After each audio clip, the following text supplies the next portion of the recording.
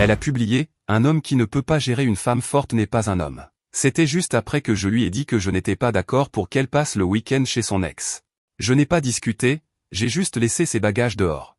Elle est revenue dans un appartement vide avec une note qui disait « Assez forte pour te débrouiller seule, n'est-ce pas ?» Salut à tous, un immense merci à ceux qui sont déjà abonnés, nous approchons à grands pas des 1000. Si ce n'est pas encore fait, cliquez sur le bouton d'abonnement et aidez-nous à atteindre ce cap. Mon ex essaie actuellement de trouver un nouveau logement, parce que sa force de femme indépendante n'incluait pas d'avoir une solution de logement de secours quand elle a coupé les ponts. Il y a 2 semaines, elle publiait que les femmes fortes n'ont pas besoin d'hommes faibles. Aujourd'hui, elle se démène pour trouver un appartement abordable avec son salaire à temps partiel. J'ai 32 ans, H. Je travaille comme directeur des opérations pour une entreprise manufacturière, je gagne environ 85 000 $. Je sortais avec Jessica, 28 ans, F, depuis environ 10 mois. Elle travaille à temps partiel dans le marketing des réseaux sociaux, gagnant peut-être 25 000 $ par an. Jessica a gardé son propre studio tout au long de notre relation, mais a commencé à passer de plus en plus de temps chez moi. Au bout de 8 mois, elle vivait pratiquement ici 5 nuits par semaine, y laissant des vêtements et des articles de toilette, mais conservant son propre bail comme solution de repli. Dès le premier jour, Jessica a clairement indiqué qu'elle ne se laisserait contrôler par aucun homme. Très bien, les femmes indépendantes sont attirantes. Mais il y a une différence entre l'indépendance et franchir délibérément les limites pour prouver quelque chose. Les signes avant-coureurs ont commencé doucement. Elle faisait des plans sans m'en parler, puis agissait comme si j'étais possessif si j'abordais le sujet. Elle sortait avec des amis masculins et devenait sur la défensive si je posais des questions de base sur sa soirée. Je n'ai pas à te rapporter chacun de mes mouvements, était sa réponse standard. C'est vrai, mais une communication de base dans une relation n'est pas un rapport, c'est de la courtoisie. Il y a environ 3 mois, son ex, Marcus, est revenu en ville. Ils étaient sortis ensemble pendant 2 ans à l'université et étaient restés amis. Jessica a beaucoup insisté sur le fait qu'ils étaient tous les deux matures, qu'ils avaient dépassé tout sentiment romantique. Cool, des adultes peuvent être amis avec leurs ex. Ce n'est pas l'idéal, mais c'est gérable s'il y a des limites appropriées. Sauf que l'idée que Jessica se faisait des limites, c'était de ne pas en avoir du tout. Ils ont commencé à s'envoyer des SMS constamment, à se voir pour déjeuner, à avoir de longues conversations téléphoniques sur leur carrière et leur vie personnelle. Quand j'ai mentionné que cela me mettait mal à l'aise, Jessica s'est lancée dans des sermons sur la confiance et l'insécurité. Si tu ne supportes pas que j'ai des amis masculins, peut-être que tu n'es pas prêt pour une vraie relation. J'ai reculé, car elle avait raison sur un point, la confiance est importante. Mais mon instinct me disait que ce n'était pas juste de l'amitié. Il y a 2 semaines, Marcus a invité Jessica à un festival de musique d'un week-end à environ 3 heures de route. Elle en a parlé nonchalamment pendant le dîner. Ça a l'air sympa, ai-je dit. On doit partir quand? Oh, tu n'es pas invité. C'est juste Marcus et moi qui rattrapons le temps perdu. Il a eu 2 billets il y a des mois. Tu vas à un festival d'un week-end avec ton ex? Je vais à un festival avec mon ami. Le fait que nous soyons sortis ensemble il y a des années n'a plus d'importance. Où est-ce que vous logez? Marcus a un endroit là-bas. Sa famille possède un chalet près du lieu du festival. Donc, ma copine prévoyait de passer le week-end dans le chalet de la famille de son ex, pour assister à un festival de musique romantique, juste tous les deux. Jessica, je ne suis pas à l'aise avec ça. C'est laquelle a explosé. Je le savais. Je savais que tu essaierais de me contrôler. C'est exactement le genre de comportement d'insécurisé qui ruine les relations. Vouloir que ma copine ne passe pas des week-ends romantiques avec son ex, ce n'est pas du contrôle, c'est avoir des principes. Principe ou jalousie, appelle ça comme tu veux. Je ne suis pas d'accord avec ça. Eh bien, tant pis, parce que j'y vais quand même. Je ne vais pas laisser tes insécurités dicter ma vie. Alors, nous avons un problème. Non, tu as un problème. Je suis une femme forte et indépendante qui n'a pas besoin de la permission de son petit ami pour vivre sa vie. Cette nuit-là, elle a publié sur Instagram « Un homme qui ne peut pas gérer une femme forte n'est pas un homme ». Suivi de citations sur l'émancipation et le fait de ne laisser personne éteindre sa lumière. La publication a reçu des dizaines de j'aime et de commentaires de ses amis « Oui, ma reine, ne le laisse pas te contrôler, tu mérites mieux ». J'ai fait une capture d'écran de tout ça. Le lendemain matin, Jessica a préparé son sac de voyage pour le week-end du festival. J'espère que tu profiteras de ce temps pour réfléchir à si tu veux être dans une relation avec quelqu'un qui te fait confiance et te respecte, a-t-elle dit. Je vais très certainement réfléchir à notre relation. Elle m'a embrassé sur la joue comme si de rien n'était. Je t'aime. Essaie de ne pas être jaloux pendant mon absence. Après son départ, j'ai passé ce vendredi à réfléchir à ce qu'elle avait dit et fait. La publication publique se moquant de moi pour avoir des limites a été la goutte d'eau qui a fait déborder le vase. Je lui ai envoyé un texto ce soir-là, quand tu rentreras dimanche, il faudra qu'on parle de notre relation. Elle a répondu, d'accord. J'espère que tu te seras calmé d'ici là. Mise à jour 1, la décision. Samedi matin, j'ai commencé à organiser le retour de Jessica. D'abord, j'ai rassemblé toutes ses affaires de mon appartement. Vêtements, maquillage, livres, articles de toilette, tout ce qu'elle avait progressivement apporté. Ce n'était pas énorme, puisqu'elle avait gardé son propre appartement, mais il y avait quand même une quantité décente accumulée au fil des mois. J'ai tout emballé soigneusement dans des cartons et des sacs, en prenant des photos au fur et à mesure pour prouver que je manipulais ces biens de manière responsable. Samedi après-midi, j'ai conduit jusqu'à l'immeuble de son studio et j'ai tout laissé, bien organisé, devant sa porte. Elle avait toujours ses clés et son bail, donc elle avait un accès complet à son propre logement. Puis j'ai écrit une note. Jessica. Tu as tout à fait raison. Les femmes fortes et indépendantes n'ont pas besoin d'hommes qui ne peuvent pas gérer leurs forces. Je respecte ton indépendance et ton droit de faire tes propres choix. Puisque tu es assez forte pour passer des week-ends avec ton ex malgré mes inquiétudes, et assez confiante pour publier publiquement que je ne suis pas assez homme pour te gérer, tu es de toute évidence assez forte pour gérer tes propres arrangements de logement aussi. Tes affaires sont devant la porte de ton appartement. Je suis sûr qu'une femme forte comme toi n'aura aucun problème à se débrouiller à partir de maintenant. Merci de m'avoir appris ce à quoi ressemble la véritable indépendance.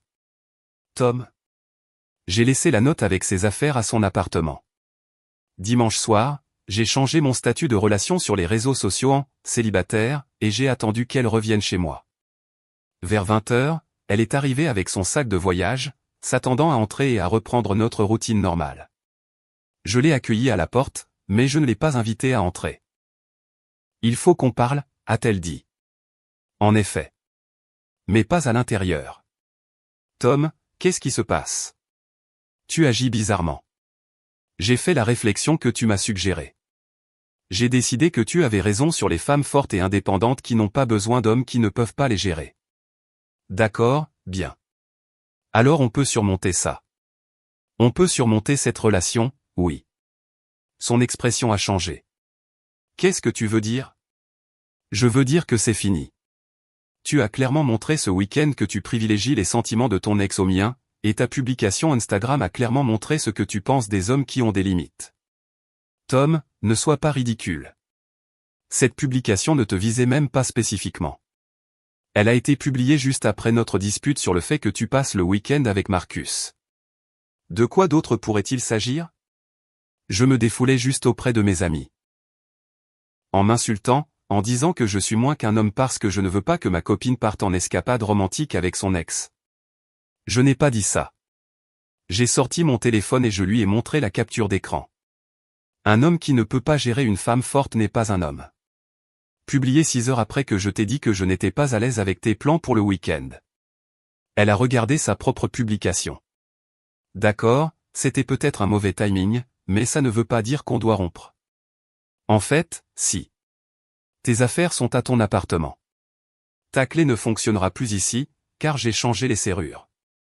Tu as changé les serrures? Tom, c'est de la folie.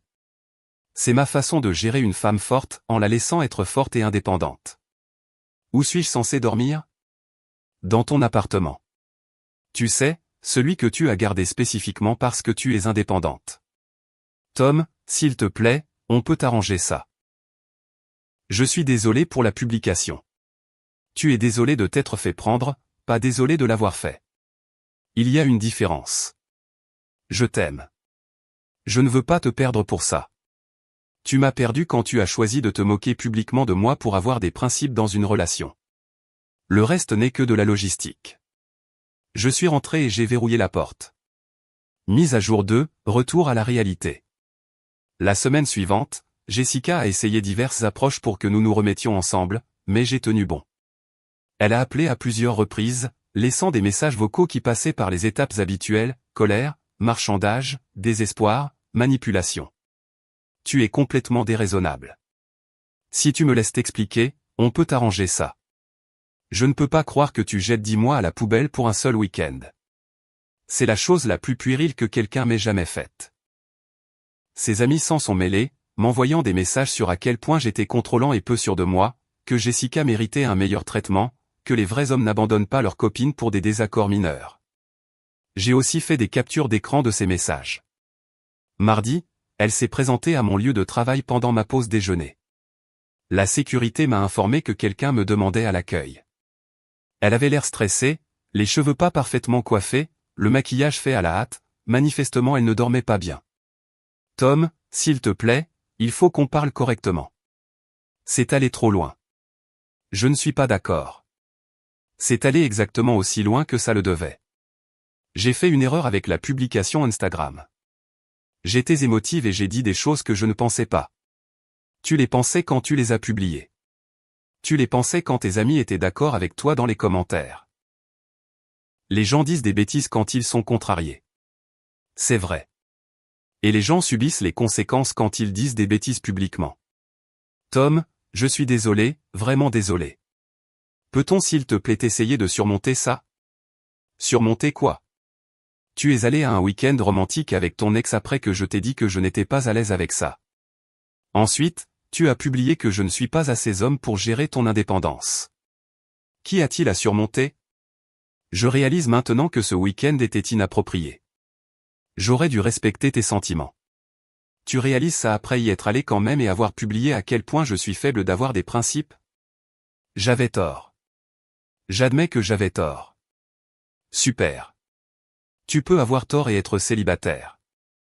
Tom, je ne peux pas me permettre mon studio avec seulement mon salaire à temps partiel. Je prévoyais d'y renoncer et d'emménager officiellement avec toi. Heureusement que tu l'as gardé alors. Ça montre que tu es plus indépendante que tu ne le pensais. Je vais devoir trouver des colocataires ou retourner vivre chez mes parents. Ça ressemble à quelque chose que les femmes fortes et indépendantes règlent par elles-mêmes. Elle s'est mise à pleurer. S'il te plaît, ne mets pas fin à 10 mois pour un stupide week-end. Je n'y mets pas fin pour un week-end. J'y mets fin pour ton manque total de respect pour notre relation et ta moquerie publique de mon caractère.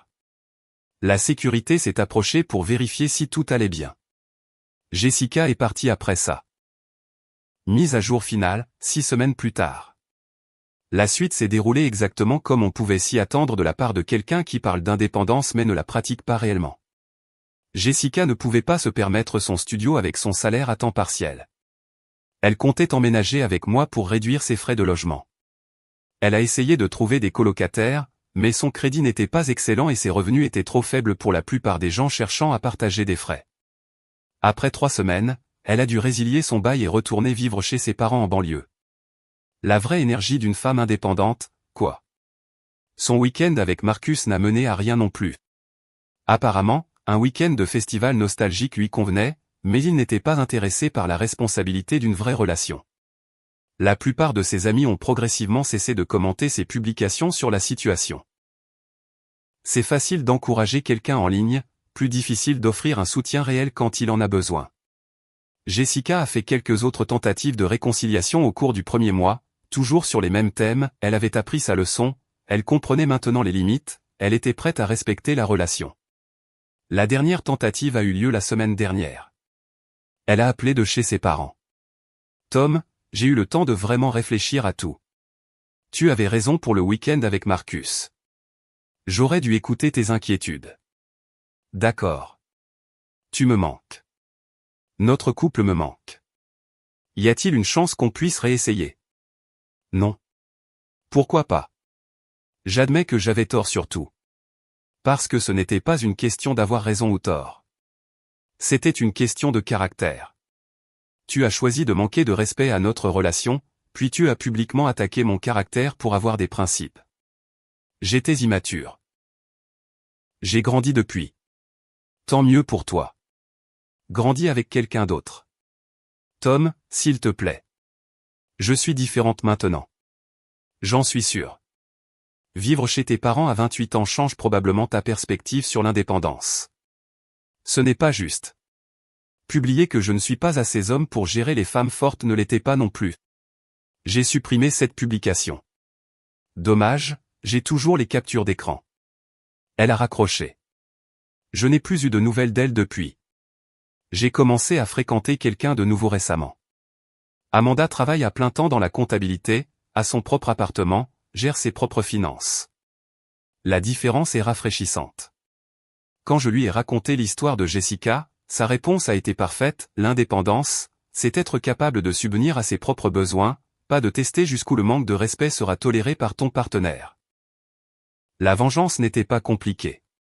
C'était juste prendre Jessica au mot sur le fait d'être forte et indépendante, puis lui donner l'occasion de le prouver.